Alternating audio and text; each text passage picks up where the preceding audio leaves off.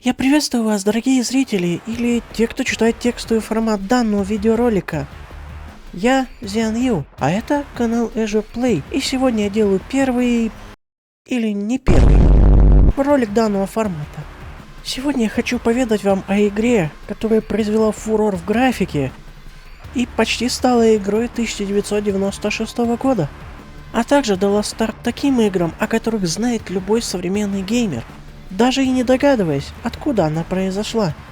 Детище id Software, первый полноценный 3D-шутер, а также дед Half-Life, CSGO, Call of Duty и многих других игр. Я расскажу вам, что такое Quake 1. Вам, наверное, интересно, с чего началась история серии игр Quake? Нет? Оу. Да, пофиг, я вам все равно расскажу. Также уточняю, что в моем рассказе могут быть неточности, но все источники, откуда я брала информацию, будут указаны. История создания первого Quake берет свое начало еще в 1990 году. Еще тогда, да, представляете, когда вышла игра Commander Keen. Так вот, в этой игре было письмо от разработчиков id Software. Тогда они рекламировали свой новый проект, который назывался в то время The Fight for Justice. И вот вам перевод этого письма. В качестве продолжения трилогии Commander Keen id Software работает над The Fight for Justice, абсолютно новый подход к фэнтези-геймингу. Вы не стартуете как слабак без еды, вы стартуете как Quake, самая сильная, самая опасная персона на континенте. Так начинается веселье.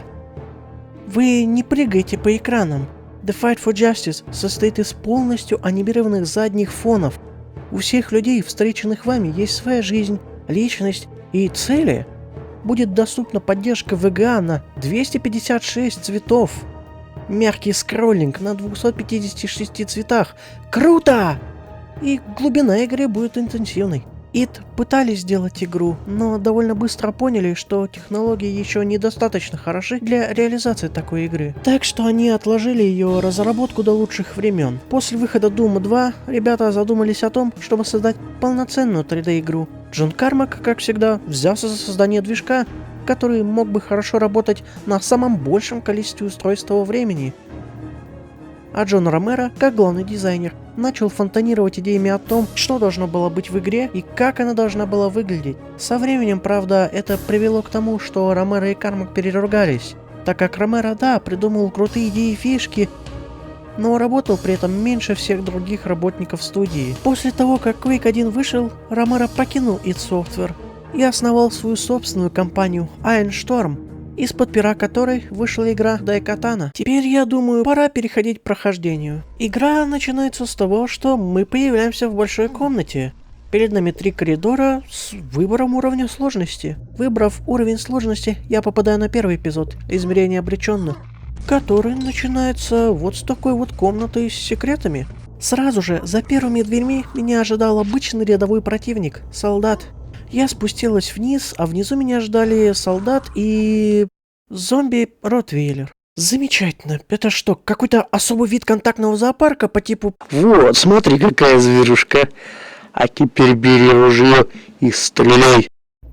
В общем, я расправилась с этим контактным зоопарком и зашла, видимо, в какой-то комплекс. Судя по названию уровня, конечно.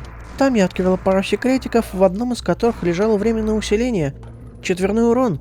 Я надеюсь, мне не надо объяснять, как оно действует. Я спустилась дальше, спустилась по нифиговому такому лестничному пролету, открыв себе секретное здоровье и броню по дороге.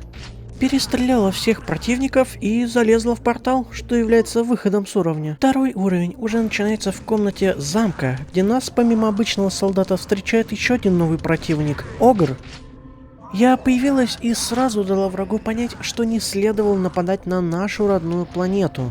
Я быстро расправилась с ними и нашла дверь, которую нужно открывать серебряным ключом. Проходя по разнообразным коридорам в поиске открытых дверей, мне попался еще один новый противник – рыцарь. Когда я разобралась с рыцарями, мне открылся мост к серебряному ключу. С его помощью можно открыть ворота, за которыми меня ждали огры. После их устранения я нажала на кнопку на полу, что привело к открытию двух врат. За одними вратами был выход с уровня. Ну, путь к выходу с уровня. А за другими вратами меня ждал новый вид противников – демон. К счастью, конкретно этот не доставил мне проблем. Я расправилась с ним и пошла дальше, где уже 2 рыцаря охраняли выход с уровня. Следующий уровень Некрополис начался с подземелья или замки в горе, непонятно. В комнате слева был гвоздомет и кнопка, открывающая дверь в полу. Проход этот привел меня в комнату с платформами, где внизу была вода, а еще везде летали скреги. Внизу я заметила ключ. Спрыгнула, взяла его, и на меня напала хорошая такая группа зомби. Добежала до двери, открыла ее, а там был скрег. А еще ловушка для очень интеллектуальных людей. Я спустилась в канализацию, где опять дралась с зомби. Там было очень-очень много зомби. Но я нашла лифт, что доставил меня на поверхность, где выход с уровня хранили 2 демона. 4-й уровень практически моментально начинается со скрега и самого незаметного секрета с броней. Проход вывел меня в подземелье, ну или в пещеру, на что это похоже. Пещера эта оказалась слегка затопленной. Сквозь запутанные коридоры и злых врагов я пришла на причал, где был серебряный ключ. Я вышла из замка и довольно быстро отыскала выход с уровня, забив на открывшийся секрет. 5-й уровень внезапно начался перед входом в мрачную крепость, где меня уже поджидали благородные рыцари. В большом зале лежала бесхозная ракетница. Та самая ракетница, что породила легендарный Rocket Jump. Я подобрала ее и, проходя невероятные коридоры и комнаты, нашла серебряный ключ. Пройдя еще чуть дальше, я наткнулась на портал, что отправил меня на лифт. А лифт этот доставил меня на арену с мини-боссом игры – Шамблером. Я без особых проблем со 2-го раза размотала его и спокойно дошла до портала на другой уровень. Итак, предпоследний уровень 1-го эпизода. Вначале я появилась на каком-то балконе, увидела запертую дверь впереди, ну и начала бегать по уровню, не боясь, что я сгорю в лаве. Я подобрала серебряный ключ, ну и вышла к началу уровня. Затем золотой ключ и дверь к порталу, который охранял еще один шамблер. Я быстро справилась с ним и пошла к финалу эпизода. А вот и последний уровень 1-го эпизода. Здесь был бассейн с лавой и руна. Я ее подобрала, и появился босс – Хтон. Это первый из 2 боссов всей игры, если не считать мини-босса в виде шамблера. Битва с ним – это самое легкое, что есть в игре. Заберитесь на 2-й этаж, бегайте по кнопкам и бейте Хтона электрозарядами, которые идут из колонн. Бегайте так до тех пор, пока босс не умрет. После победы над боссом на экране будет печататься важный сюжетный текст от id Software. Чудовищная душа Хтона погружается назад в породившую его лаву. Твои руки крепко сжимают руну магии земли. Измерение обреченных, царство магии земли покорилось тебе. Теперь ступай дальше и заверши начатое. В каждом из жутких царств Квейка есть своя руна волшебной мощи, и тебе необходимо собрать все 4. Вот так и заканчивается 1-й эпизод игры. Но вы, наверное, резонно зададитесь вопросом, какие руны, какие царства, какой здесь вообще сюжет? Я понимаю ваше смятение, и поэтому пора поведать вам о сюжете игры. Почему только сейчас? Блин, игра сама почти никак не акцентируется на сюжете, но замес здесь примерно такой. Человечество начало изучать порталы. Все вроде бы по кайфу, но из этих порталов начали появляться толпы монстров. Руководит ими Шаб-Ниггурат, которую позже прозвали Квейк. Человечество начинает давать отпор, и наш герой, имя которому дали лишь в игре Quake 3 Arena, Рейнджер, возглавляет операцию Counter-Strike. Из всей команды выживаем только мы, поэтому именно нам и нужно убить Шаб-Ниггурат. Однако, чтобы попасть к ней, нужно собрать 4 волшебные руны, каждая из которых спрятана по своим царствам. 1-й эпизод пройден, а значит можно перейти ко 2-му. Итак, 2-й эпизод, Царство черной магии, начинается, как бы то удивительно не было, опять с технических помещений. Помимо солдатов и собак, здесь встречается новый вид противников – энфорсеры. Спустя какое-то время блужданий я наткнулась на комнату, где установка, что указано в названии уровня, питается. По крайней мере, я это так поняла. И, судя по всему, отключила питание. Вау! Где-то я нашла серебряный ключ и прошла через дверь, что была закрыта на него. А дальше меня опять ждали запутанные коридоры, но выход с уровня довольно быстро нашелся. И вот только я была в комплексе, а теперь я вновь в подземельях. Огонь. Точнее, это цитадель. Я спустилась вниз на улицу, и предо мной предстала цитадель. В цитадели среди витражных окон и кирпичных стен из интересного только дверь, запертая на золотой ключ. Ну и враги еще не дают исследовать цитадель. Какими-то невероятными закоулками я опять пришла к Шамблеру, но четверной урон и двустволка помогли быстро справиться с ним. Затем я все же вышла из цитадели и по горным ступенькам сквозь зомби и огра вышла с уровня. Новый уровень, новая пещера. Я поднялась на лифте вверх, а там на выходе в склеп встретила новый тип противников, рыцари смерти. Парадный склеп разделена на две части. В первой из которых запертая дверь, а во второй поднимаемые мосты и кнопки, которые нужно нажимать. Открыла я запертую дверь, а там Шамблер. Обидно, ни усилений, ни укрытий, и как бороться? Я, конечно, справилась с ним, но вам не кажется, что Шамблер стало слишком много? Короче, я его победила, зашла либо в сам склеп, либо в отсек, или как-то у склепов там называется, я не знаю, и внезапно окружение принимает вид синих замковых декораций. Я открыла секретный проход под водой, ну и черт с ним, я просто пошла в конец уровня. Этот уровень внезапно начался не с того, что из пещеры я перешла в замок, а наоборот, из замка я перешла в пещеру, затопленную. Я проплыла, вынырнула из воды и оказалась перед крепостью. Прикиньте, у крепости, конечно, есть гарнизон, но он не напрягает меня. А королевские канализации все кишат толпами зомби. Ну и пусть, гранатомет-то есть. А в канализацию кто-то еще и спустил золотой ключ. Лабиринты дизайна привели меня к скафандру. Он защищает меня от кислоты. Это важно. Ну, и в продвижении своем я поспешила, за что и отхватила от врагов. Теперь я стала чуть аккуратнее. Нашла ключ, пришла к двери, которая охраняла множество скрэгов. Дверь открыта. Я поднялась по лестнице, а там... Ну а вы как думаете, кто там? А выходом с уровня стала арена, где я пару-тройку раз умерла. Выход с очередной пещеры открыл передо мной картину из великолепного контингента противников. Правда, видимо, между уровнями я оборонила мозг, так как чуть не умерла всего от пары противников. Особняк волшебника, видимо, был защищен магией хреновой навигации. Потому что, чтобы пробраться ко входу, нужно войти в пещеру на углу и подняться на лифте, вместо того, чтобы просто подняться по обычной лестнице. В самом особняке ничего сверхъестественного нет, по крайней мере для меня. Скрэги, демоны, рыцари смерти, огры. Хотя меня удивил лифт в виде клетки, который едет очень медленно и под водой. Я чуть не утонула там. Выход с уровня охраняли демоны и рыцари смерти, но благодаря четверному урону я быстро справилась с ними всеми.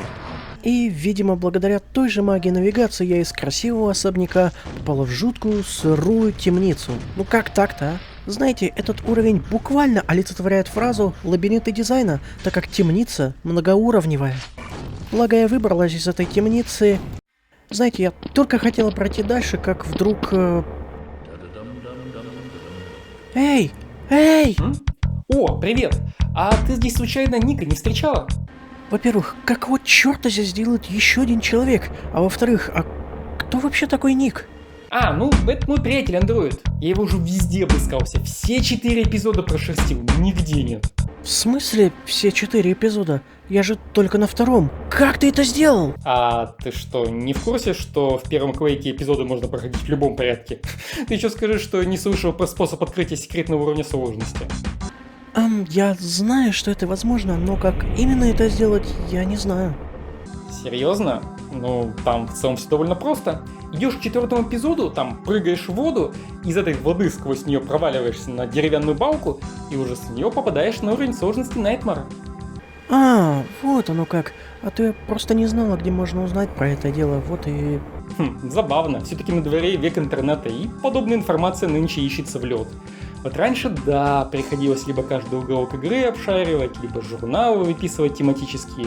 Ну, еще можно было напрямую в офис Ubisoft письмо написать. Звучит это, конечно, забавно, но кто такой текст дурацкий пишет? Что? Да неважно. Давай вернемся к начальному вопросу. Ты здесь Ника нигде не встречала? Ну, он вроде бы убежал туда. Там говоришь? Ладно, спасибо, пойду поищу. Да, там, правда, куча врагов, а брони я у него не вижу, но... Земля ему пентаграммы защиты, что еще я могу сказать?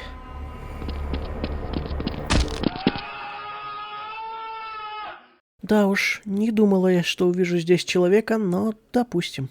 Первый участок замка — головоломка, где нужно нажать одну кнопку, а затем успеть нажать вторую.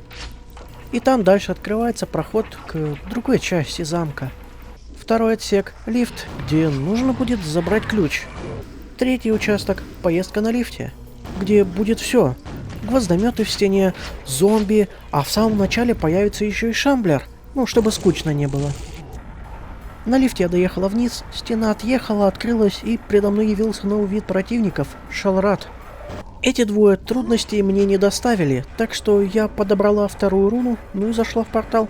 И как в конце первого эпизода, на меня вывалили кусок сюжетного текста. В твоей руке зловеще пульсирует руна черной магии, нашептывая и соблазняя темным знанием. Ты постигаешь сокровенные тайны матери ада, Шап-Нигурат.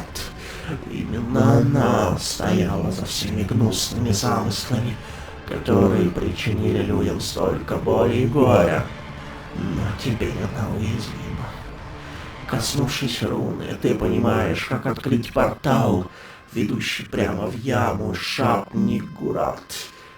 Объедини все 4 руны, и ты сможешь атаковать богиню-ведьму в ее кошмарном потустороннем соборе. Третий эпизод называется «Преисподняя». Однако же все мы понимаем, с чего начинается любая преисподняя, так? Верно, с технических помещений, поэтому первый уровень — это очередные технические декорации. Здесь есть какой-то затопленный пещерный отсек, а дальше комната с энергоблоками и дверь, запертая на ключ. А там уже рядом выход с уровня. Следующий уровень, на удивление не знающих, начинается с коридора, в конце которого ключ. Вроде бы все просто возьми ключ, но если подойти чуть ближе, то из стен повылазит зомби, а ключ уедет вниз. Коридоры привели меня к комнате с лавовым резервуаром и кнопкой на небольшой колонне в центре лавы. На лифте рядом я поднялась наверх и прыгнула на кнопку, что открыло мне железные ворота. Оттуда я попала в комнату с фреской с распятым Иисусом. Я налюбовалась картиной и пошла в комнату, где лежали патроны. А комната внезапно уехала вниз, где меня ждала засада огров. Вот это да! Ну да ладно. Я вернулась назад, открыла себе портал, который уже охранял демон. Иронично. Портал привел меня к странной арене из колонн, выход с которой был заперт на ключ. Битву на арене я решила пропустить довольно оригинальным таким способом. Затем я шагнула под арену, где меня уже ждал ключ, и коридоры, которые привели меня к выходу с уровня. Третий уровень, гробница ужаса, начался с закрытой лестницы, ламп в виде крестов и огра. Хорошая картина. Блуждания по темным коридорам и комнатам привели меня к арене, где пол — это лава. Вау! В конце арены я подобрала серебряный ключ, вернулась назад, открыла запертую дверь и чуть не словила инфаркт от демона. А там, на лестничном пролете, я открыла себе выход с уровня. Следующий уровень, судя по всему, начался с продолжения гробницы. Я попала в комнату, где вместо лифтов были очень надежные платформы, и встала на одну из них. Такой своеобразный лифт доставил меня в комнату, где вроде все было хорошо, но как только я пошла дальше, передо мной подстал внезапный шамблер. Ё-моё. А рядом уже был выход с уровня. А это у нас ветряные туннели. Стоит вам прыгнуть в такую трубу, и она, благодаря ветру от Газпрома, доставит вас куда нужно. Самая первая труба переносит меня на хаб-локацию, где есть еще 3 трубы, но поменьше. 2 закрыты и доступна только одна. Она привела меня к рыцарям смерти. Оттуда я вернулась назад и дальше путешествовала по трубам, и в конце концов пришла к концу уровня. Последний уровень 3-го эпизода начинается с замка и платформы над лавой.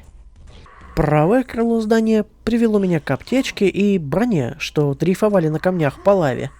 А левое крыло через лабиринты дизайна привело меня к серебряному ключу. Затем я вышел на улицу, где на вершине балкона меня ждали шалраты. Затем очередные лабиринты дизайна привели меня на этот раз на тот самый балкон, где уже ждала руна и выход с уровня. Ну и в конце идет знакомый экран со следующим текстом. Отвернувшись от обугленных останков инфернальных чудовищ, ты хватаешь руду адской магии. Ее жар опаляет ладони, а ее кошмарные секреты разрушительным потоком наполняют разум. Собрав остатки храбрости, ты сбрасываешь с души дьявольские оковы и еще раз клянешься любой ценой уничтожить омерзительных тварей, само существование которых угрожает земле и всем душам на ней. На этом кончается 3-й эпизод, и пора переходить к последнему. Последний эпизод — Мир древних, и начинается он, вот это поворот, с технических помещений. Вау, опять? Серьезно? Уровень состоит из того, что я просто плаваю, ищу ключи, открываю двери и шлюзы и стреляю с врагами. А это у нас башня отчаяния, только я ее совсем не вижу. Либо я на ее вершине, либо этой башни нет, и разработчики нам нагло врут. Зато в огромной дыре в полу видно здоровую комнату с красивым витражным окном и какими-то балками. А еще я внезапно открыла секретное кольцо невидимости, под которым я прошла большое расстояние, миновав кучу надоедливых врагов. В конце меня ждало испытание паркуром, которое я быстро прошла, ведь я люблю паркур. Ну и завершила уже этот уровень. На 3-м уровне демон рассматривал знакомое витражное окно. Правда, долго любоваться им я не дала. А за дверью, что была сзади меня, был выход в коридор, где можно было выбрать, куда пойти. Ну как выбрать? Каждая дверь открывается постепенно. За первой дверью просто комната, где ничего нет. За второй дверью была комната, которая принадлежит какому-то храму. Проход в стене привел меня к коридорам из синих замковых декораций. Здесь я встретил нового врага, спауна, но и удивилась дизайном местных коридоров. Описывать похождение по этим коридорам смысла нет, так как все запутано. Я просто нашла серебряные, а затем золотые ключи, а потом уже смогла выбраться из этого уровня. Еще один уровень, еще один дворец, еще один подвал. Честно сказать, уровень для меня прошел как-то незаметно. Я помню только, что бегала, стреляла, дралась шламблером и все. Адский атриум начался, казалось, в шахте, но нет, это пещера с выходом на улицу, просто дизайн у них похожий. В главном здании есть мост, но опустить его можно только при помощи ключа. В одном крыле есть ключ, но он на двери в другом крыле. А там уже большая арена и синие замковые декорации. А здесь я попала уже в реальный подвал, где я нашла электропушку и серебряный ключ от моста. Мост опущен, уровень пройден. А вот и предпоследний уровень 4-го эпизода. Название уровня по факту неправильное, так как это не лабиринт, а обычный дизайн уровней. Пробежка по замку привела меня к кровавому алтарю, для активации которого нужно было выстрелить по нему. Так я нашла серебряный ключ. А чуть дальше, где-то в болотах, нашла уже золотой. Затем под водой я доплыла до комнаты с необычным дизайном, где надо было паркурить. Так я попала в последнюю комнату, где осквернила алтарь, ну и вышла с уровня. Последний уровень эпизода начался сразу с шамблера, что напугало меня. Судя по декорациям и дизайну, это были королевские катакомбы, или что-то наподобие этого. Там есть очень здоровые такие арены. Этот уровень я также не запомнила, но все-таки прошла его до конца. Подобрала руну и закончила 4-й эпизод. Ну и по традиции, после этого меня ждал огромный такой кусок сюжетного текста. Вся жуткая сила мира древних не смогла остановить тебя. Руна древней магии — первооснова всех видов тайных знаний. Теперь в твоих руках. Ее тяжкая мощь пульсирует за пределами добра и зла, за границами жизни и смерти. Терпеливая и могущественная, древнейшая Шапни-Гурат продолжает воплощать план по уничтожению всей жизни на Земле и заселению нашего мира своими мерзкими отродьями, ибо все жители этих чудовищных измерений — ее потомство.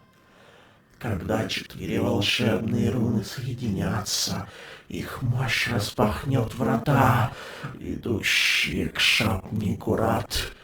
Тогда ты проникнешь в ее логово и сможешь разрушить замыслы Матери Ада. Теперь нам доступен последний уровень — битва с самой Шап-Ниггурат. Битва с ней идет на огромной арене. Сама Шап-Ниггурат меня не атакует, я ее тоже не могу. Она просто посылает меня шамблеров и шалратов.